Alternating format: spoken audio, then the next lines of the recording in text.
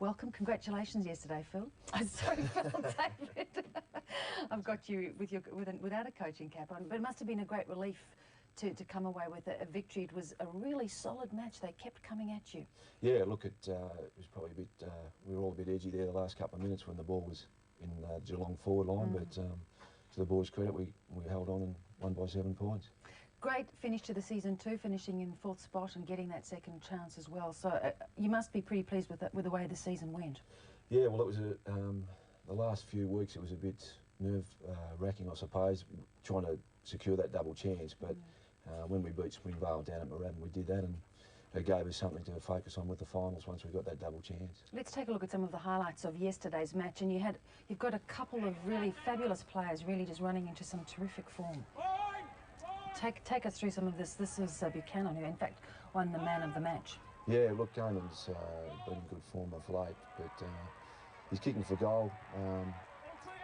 Sometimes, I think last week he kicked 2 goals, 3, but yesterday he was a bit more accurate, but he's been in good form, and yeah, he's certainly he's a quick player, and he finishes very well. And you've got Scotty Stevens too, who's turning into a little champion. Yeah, Scotty has played a good role for us over the last couple of weeks. He kicked 6 last week against Sandringham, and then he got 5 yesterday. So he's probably you know, in as good as form as you'd get. How are you finding the blend? You know, we'll talk about this more in a moment, but the Swans players coming in. I mean, you've got the unusual task of having your affiliated side well away from you in Sydney. Yeah, it was something that I spoke to the guys about on Friday. As a whole club, we had an early training session on Friday, and the Sydney Swans were down for that.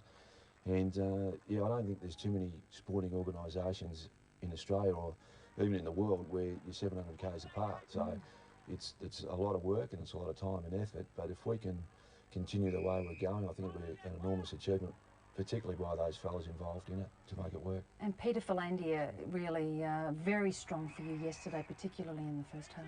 Yeah, look, Pete went into the game pretty crook, had a bad flu, and we didn't know how he was going to go, how he was going to manage that, but he's got a big heart, Peter. Take a minute to watch this goal. Whoa! Yeah.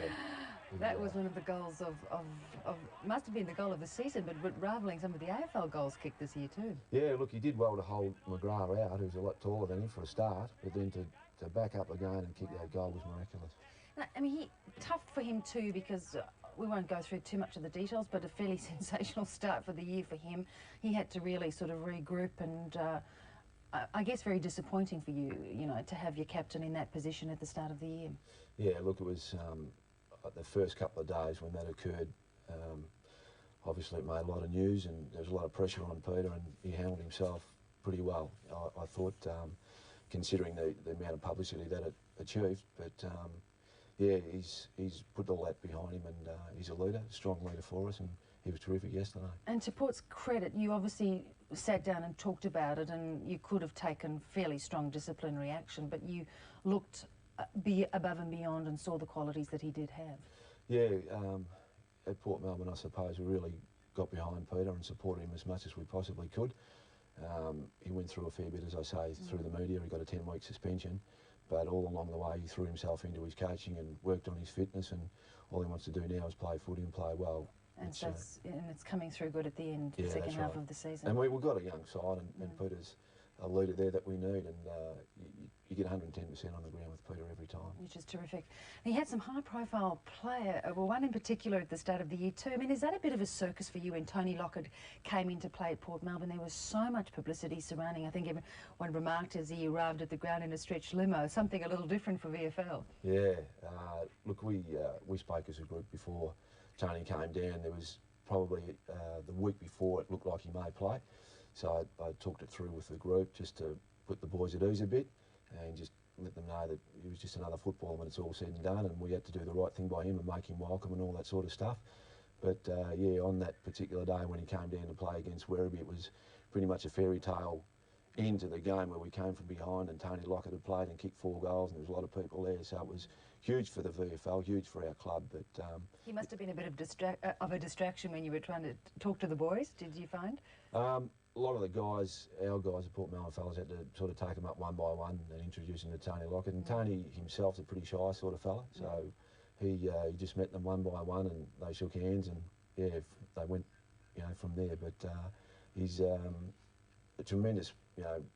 Influence, Yeah, yes. tremendous player for the game, and to have him pull on the Port Melbourne jumper was great. Yeah, just terrific. How are you finding the coaching position? Of course, this is your 3rd year as senior coach, and having done a bit of an apprenticeship at Port before moving to the Hawthorn side. Yeah, we have gone through a bit of a change, I suppose, over the last few years. At the end of 2000, we made some decisions on players and moved a few on and a few left, and we just basically have gone through a development program with young guys. And last year, we didn't know where we would finish, but with the young fellas, they improved quickly, and we just finished a game outside the 8 last year. And this year, we've probably exceeded where we thought we would be.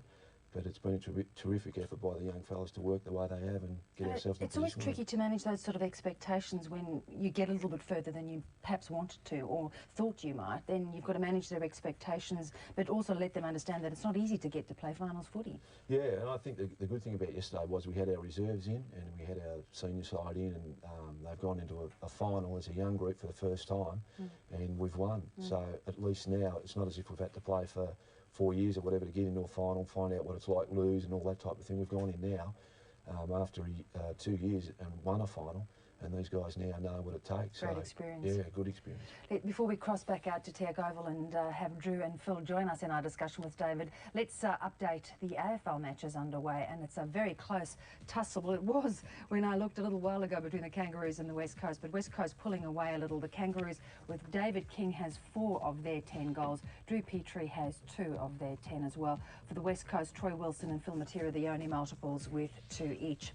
The other AFL match just underway, Carlton with 1 behind Essendon, well out of their starting blocks, 3-5-23.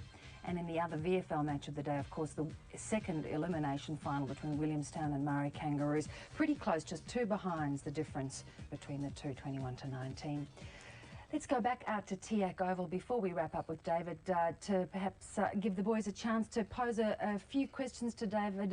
And he's a happy man with a bit of a week's rest coming up, boys. Yes, well, Beverly, I have got a question. David, well done. I thought it was terrific. 14 Port players yesterday. And if you were just in a nutshell, tactically, what was the big message before the game in terms of the strategies to win the game? Because there were a lot of big players in that Geelong side, but you did really well. I thought your balance was great. Yeah, I think the key to Geelong this season has been their tall forward line. So we really had to apply a lot of midfield pressure to make sure the delivery wasn't as good as it probably has been. And then with our back line, the boys really had to work hard to make sure they've got a fist on it, got it to the ground, and we got our support down there. So, look, the thing was the 22 blokes were pretty determined to do well yesterday, and we got off to a good start, and they just kept the pressure up for 4 quarters. Who's the Have side you to put beat? Philander in cotton wool? Yeah, we will.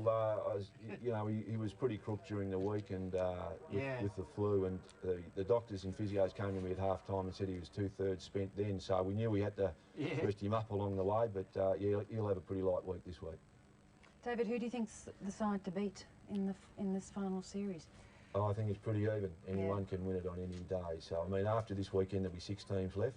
So any one of those 6 can win it. It's every week's Anyone's different. game. Yeah. David, thank you so much for coming in, and good luck with the rest of the series. Pleasure.